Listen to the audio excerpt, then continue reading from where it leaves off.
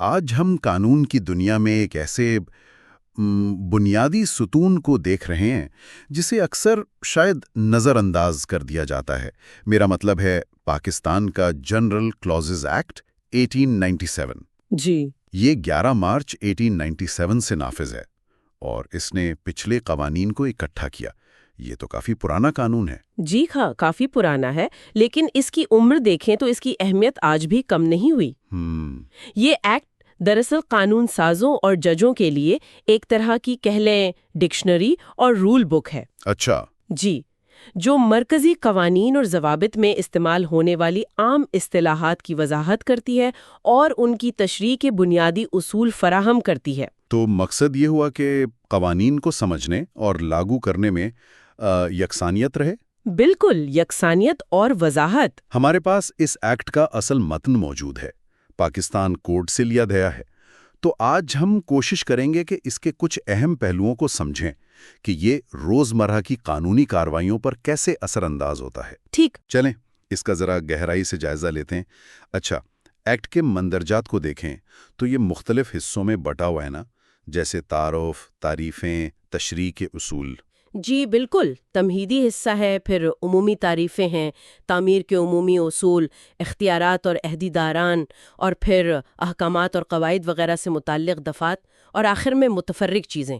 صحیح۔ اور اس میں دیکھیں دفعہ 3 جو ہے وہ بنیادی اہمیت کی حامل ہے۔ اچھا، وہ کیوں؟ کیونکہ یہ بہت سی کلیدی اصطلاحات کی قانونی تعریف فراہم کرتی ہے، جیسے ایفیڈیوٹ یعنی حلف نامہ، یا اموویبل پراپرٹی یعنی غیر منقولہ جائیداد، پرسن یعنی شخص، ایئر، سال وغیرہ۔ تو جب تک کسی خاص قانون میں الگ سے وضاحت نہ کی گئی ہو، یہی تعریفیں استعمال ہوتی ہیں۔ اچھا، تو یہ تو بہت ضروری ہوا، ورنہ اگر ہر قانون میں مہینہ یا شخص کا مطلب الگ الگ ہوتا تو کتنا انتشار پھیل سکتا تھا۔ بالکل، یعنی یہ ایکٹ بنیادی طور پر قانونی زبان کو ایک معیار دے رہا ہے۔ آپ نے بالکل درست پکڑا، یہ قانونی ابہام کو کم کرتا ہے۔ اسی طرح دیکھیں دفعہ 13 بھی بڑی دلچسپ اور کارآمد ہے۔ اچھا، وہ کس بارے میں ہے؟ وہ جنس اور عدد کے بارے میں ہے، یعنی جینڈر اینڈ نمبر۔ وہ کہتی ہے کہ قوانین میں مذکر صیغہ مؤنث پر بھی لاگو ہوگا، اور واحد کا اطلاق جمع پر اور جمع کا واحد پر ہوگا۔ اچھا، جب تک کہ موضوع یا سیاق و سباق اس کے خلاف نہ ہو۔ کمال ہے۔ یعنی قانون لکھتے وقت بار بار وہ مرد یا عورت یا ایک یا زیادہ افراد لکھنے کی ضرورت نہیں پڑتی۔ جی نہیں، یہ تو قانون سازی کو کافی مختصر اور کہہ لیں مؤثر بنا دیتا ہے۔ یقیناً۔ اچھا، اب ذرا تشریح کے اصولوں کی بات کرتے ہیں۔ ایک دفعہ 6 کا ذکر ہے جو منسوخی کے اثرات کے بارے میں ہے۔ یہ کیا کہتی ہے؟ جی، یہ دفعہ 6 قانونی استحکام کے لیے بہت اہم ہے۔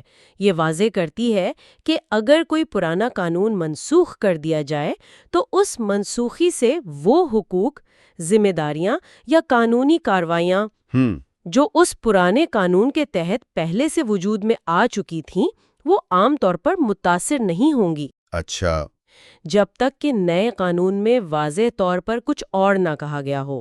یعنی مثال کے طور پہ اگر حکومت نے پرانے قانون کے تحت کسی کو کوئی لائسنس دیا تھا تو نیا قانون آنے سے وہ لائسنس خود بخود ختم نہیں ہو جائے گا؟ عمومی اصول یہی ہے۔ لیکن کیا اس اصول کی کوئی حد بھی ہے؟ مطلب کیا نیا قانون واضح طور پر پچھلے حقوق ختم نہیں کر سکتا؟ ہاں بالکل کر سکتا ہے۔ نیا قانون اگر واضح الفاظ میں کہے تو وہ پچھلے حقوق ختم کر سکتا ہے۔ دفعہ 6 صرف یہ کہتی ہے کہ منسوخی کا خود بخود یہ مطلب نہیں لیا جائے گا کہ پچھلے تمام اقدامات کالعدم ہو گئے۔ سمجھ گیا۔ یہ بس ایک آپ کہہ لیں ڈیفالٹ پوزیشن فراہم کرتی ہے تاکہ غیر ضروری قانونی خلا پیدا نہ ہو۔ ٹھیک۔ اب حکومت جو وقتاً فوقتاً نوٹیفیکیشن یا رولز جاری کرتی ہے، ان کے بارے میں کیا؟ قانون تو اختیارات دیتے ہیں، لیکن ان اختیارات کے تحت جاری کردہ احکامات یا قواعد میں تبدیلی کیسے ہوتی ہے؟ ہاں، یہ بھی اہم سوال ہے۔ اس کے لیے دفعہ 21 موجود ہے۔ اچھا۔ یہ کہتی ہے کہ جس اتھارٹی کو کوئی نوٹیفیکیشن، حکم یا قاعدہ جاری کرنے کا اختیار دیا گیا ہے، اسے اسی طریقے اور انہی شرائط کے تحت اس نوٹیفیکیشن، حکم یا قاعدے میں ترمیم کرنے، اسے بدلنے یا منسوخ کرنے کا اختیار بھی حاصل ہے۔ اچھا، تو یہ انتظامی لچک کے لیے؟ جی بالکل، ایڈمنسٹریٹو فلیکسیبلٹی فراہم کرتی ہے۔ اور یہ اختیار استعمال کیسے ہونا چاہیے؟ کیا اس پر بھی کوئی قدغن ہے، کوئی پابندی؟ بالکل ہے، اور یہ بہت اہم نقطہ ہے۔ دفعہ 24A جو کہ بعد میں شامل کی گئی تھی، اسی بارے میں ہے۔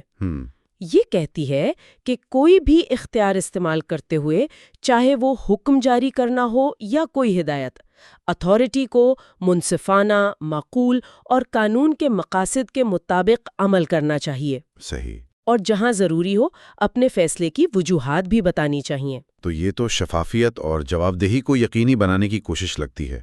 یہ بعد میں کیوں شامل کی گئیں؟ کیا کوئی خاص وجہ تھی؟ شاید انتظامی اختیارات کے غلط استعمال کے خدشات رہے ہوں گے؟ ایسا ممکن ہے۔ قیاس یہی کیا جا سکتا ہے۔ یہ شک دراصل انتظامیہ کو پابند کرتی ہے کہ وہ من مانی نہ کرے، بلکہ قانون کی روح کے مطابق فیصلے کرے۔ یہ انصاف کے تقاضوں کو پورا کرنے میں مدد دیتی ہے۔ تو خلاصہ یہ ہے کہ جنرل کلازز ایکٹ 1897 بظاہر ایک سادہ، شاید تھوڑا خوش قانون لگتا ہے، لیکن دراصل یہ پاکستان کے پورے قانونی نظام کے لیے ایک بنیادی آپریٹنگ سسٹم کی طرح کام کرتا ہے۔ یہ اصطلاحات کو واضح کرتا ہے، تشریح کے اصول دیتا ہے اور قانونی تسلسل اور انتظامی کارروائیوں میں ہم آہنگی پیدا کرتا ہے۔ جی بالکل درست کہا آپ نے۔ اور یہ صرف مرکزی قوانین یا پارلیمنٹ کے ایکٹس تک ہی محدود نہیں ہے۔ اچھا۔ جیسا کہ دفعہ 30 اور 31 میں بتایا گیا ہے، یہ آرڈیننسز اور صدر کے جاری کردہ احکامات پر بھی اسی طرح لاگو ہوتا ہے۔ واہ! تو یہ واقعی قانونی مسودہ سازی اور عدلیائی تشریح دونوں کے لیے ایک ناگزیر، ایک لازمی ٹول ہے۔ یہاں ایک دلچسپ سوال ذہن میں آتا ہے، بلکہ ایک سوچنے کی بات ہے۔ ایک ایسا قانون جو 125 سال سے زیادہ پرانا ہے، جی، کیا وہ آج کے اس تیزی سے بدلتے ہوئے معاشرتی اور تکنیکی منظرنامے میں بھی اتنا ہی مؤثر اور متعلق ہے، یا وقت کے ساتھ ساتھ اس کے بنیادی اصولوں پر نظر ثانی کی ضرورت پیش آ سکتی ہے؟ یہ واقعی ایک اہم سوال ہے۔ یہ غور طلب بات ہے جس پر شاید مزید سوچ بچار کی ضرورت ہے۔